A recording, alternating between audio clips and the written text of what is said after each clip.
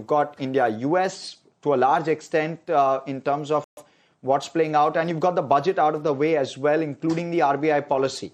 So, Sandeep, how does it look at this juncture? How do Indian markets look? How are you viewing it? See, the way we are looking at it purely from a behavior perspective, the extreme negativity which was there, I think that is settling down. Okay.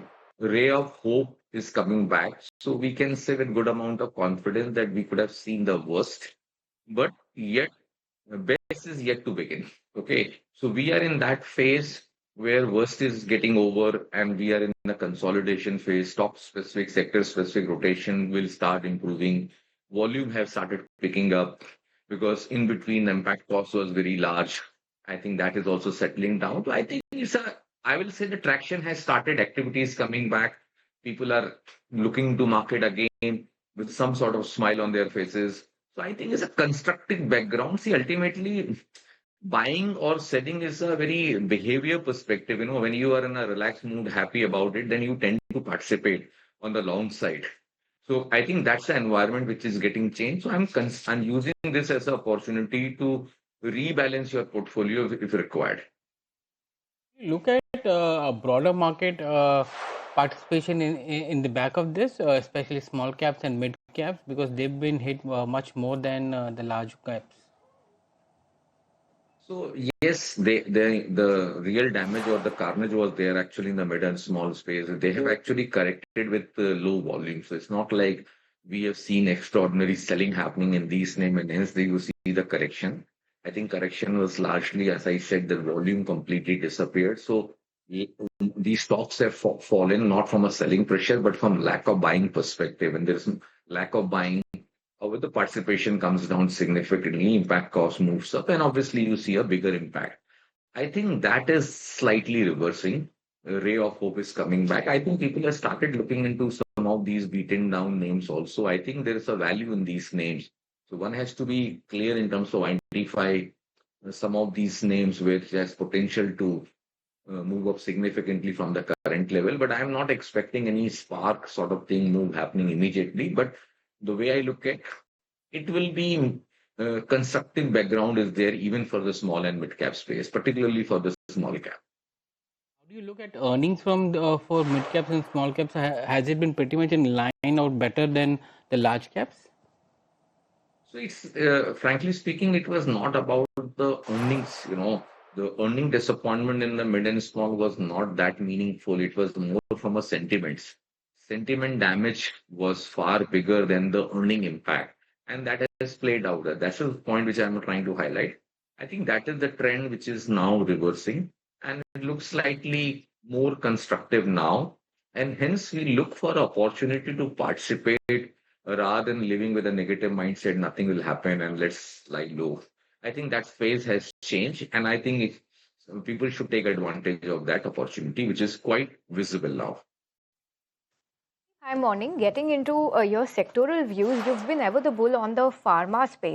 And now that we have a little bit more clarity on the US-India trade deal, where we're in India generics and the entire pharma space has been completely exempt, does this increase your conviction on the pharma space? Are you looking at making fresh entries here in some stocks that you maybe did not have weighted in the past?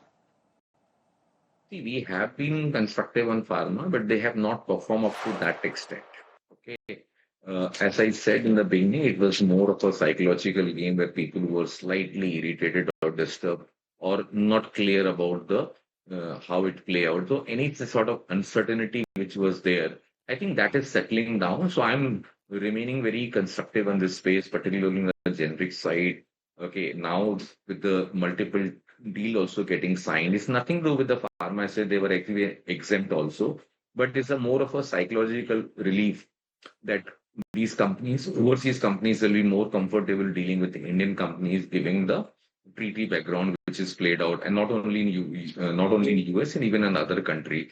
I think background is constructive. I think an earnings disappointment is not there up to that extent in pharma. And if you leave the few names, but broadly numbers are pretty decent.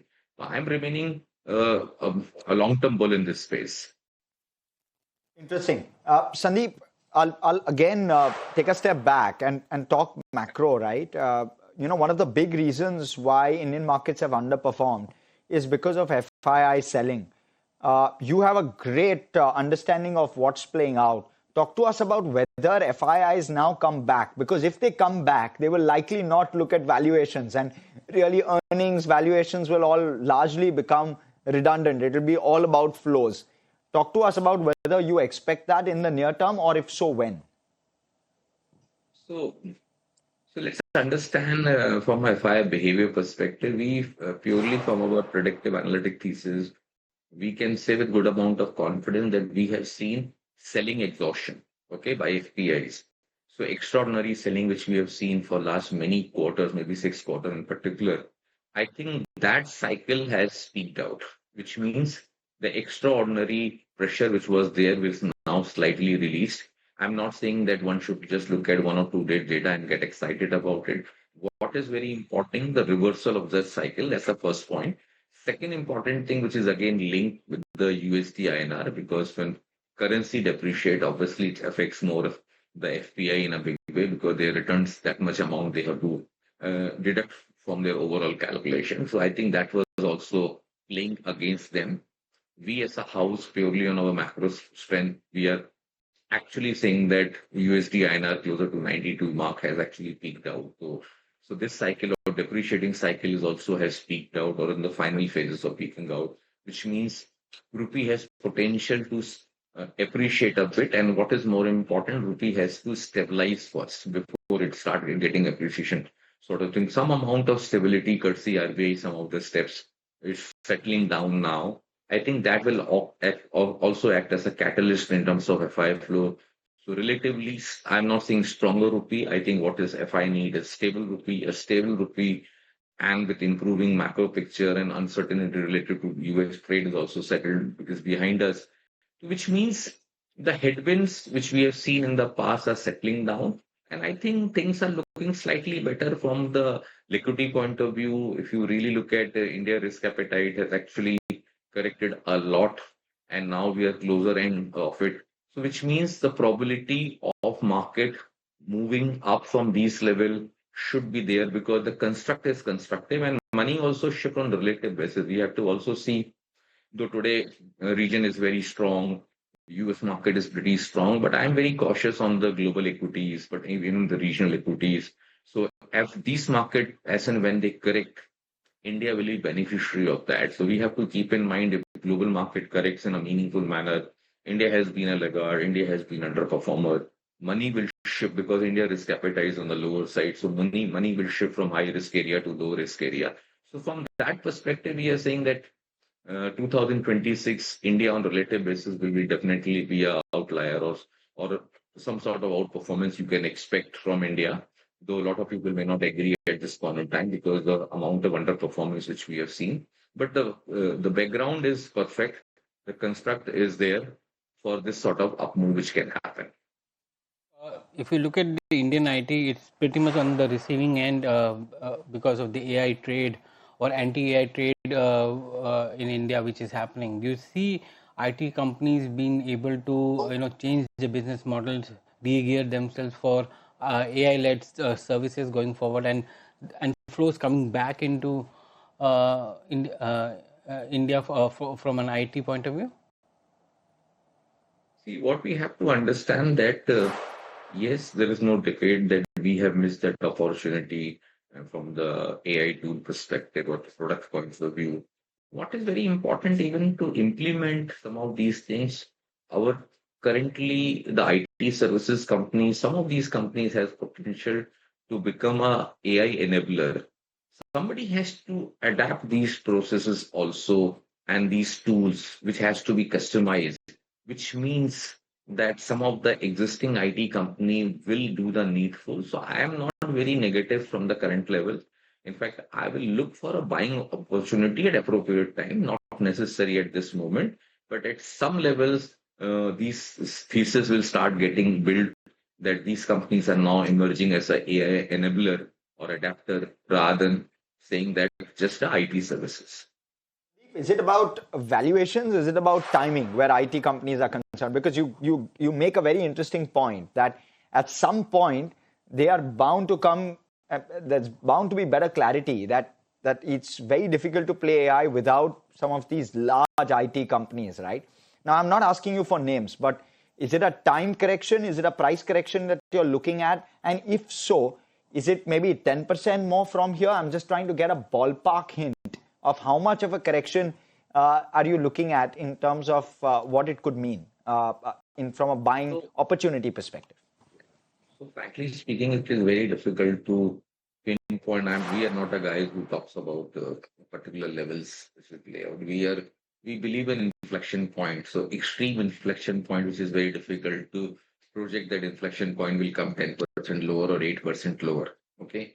As and when it happens, we will tend to participate. As of now, those inflection points have not reached.